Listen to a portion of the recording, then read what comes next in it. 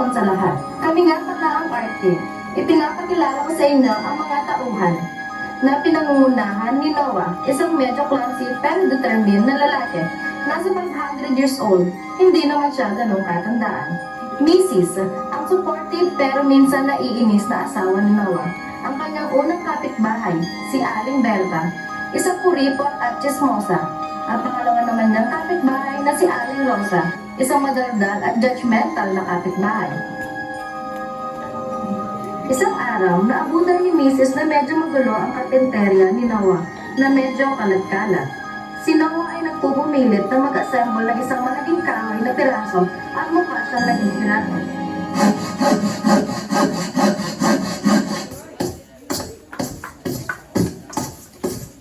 Noah, dear, ano ba yan? Para kang nag-a-assemble ng IKEA furniture. Ang gulo-gulo na dito. Instruction manual daw, oh.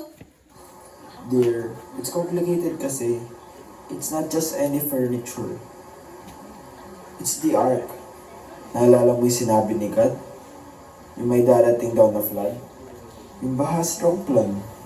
Ah, yung napanaginipan mo nung nakarang linggo? Sabi mo kasi may voice daw sa ulap na nagsabi mag-ipon ng hayop.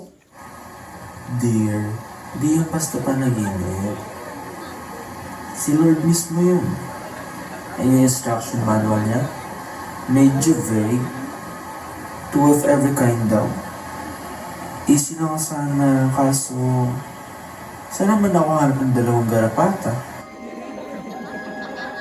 Pumasok sina Aling Berta at Aling Rosa na nagbubuluhan. Naku, Aling Rosa, mukhang lalo pa lumala ang kalagayan ni Noah. Parang nawawala na siya sa sarili. Building an art daw, hindi century. Ay, naku. Oo nga eh. Baka naman may tama na sa ulo yan. Sabi ko na nga ba, dapat pinag-aral ko na lang siya ng business administration. Mas marami pang pera dun. Biglang lumitaw si God. Noah, progress report. Ready na ba ang ating floating condo? Kompleto na ba ang collection mo ng mga cute animals? Hay, God, kulang pa nga po eh. Ang hirap po umanap ng dalawang treasure. Tapos yung Philippine Eagle po, grabe. Pati po sa Lazada and Shopee, wala akong makita. Lord, stressful naman po ito. Tinawagan niyo na po lahat ng zoo. Pati po mga animal rescue, pati na nga po mga veterinarians. Napagkakamalan na nga po siyang baliw eh. Noah. Relax. Think outside the box. Or inside the ark. Try Facebook Reels. Make it viral. Ilagay mo sa caption, looking for two tarsiers. Tapos, ilagay mo ang hashtag na, hashtag Noah's Ark PH. Hashtag Baha Strong. While Noah is struggling to build the ark, he used Facebook Reels to find the animals, posting funny scenes of him trying to catch animals using memes and funny captions. Noah, ang dami ng mga followers. Baka naman na-monetize na yan. Oo nga Noah, magkano na ba kinikita mo dyan?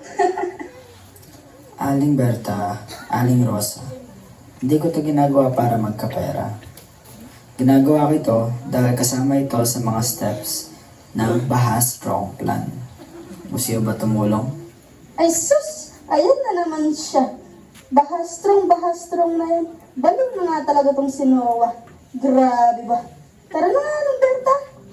The ark is finally finished. The sky is dark and it's starting to rain heavily. While Noah is setting to sail, Aling Rosa came begging Noah to let them come.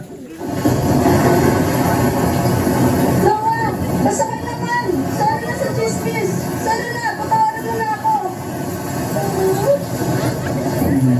Sorry, but God said two of each kind lang.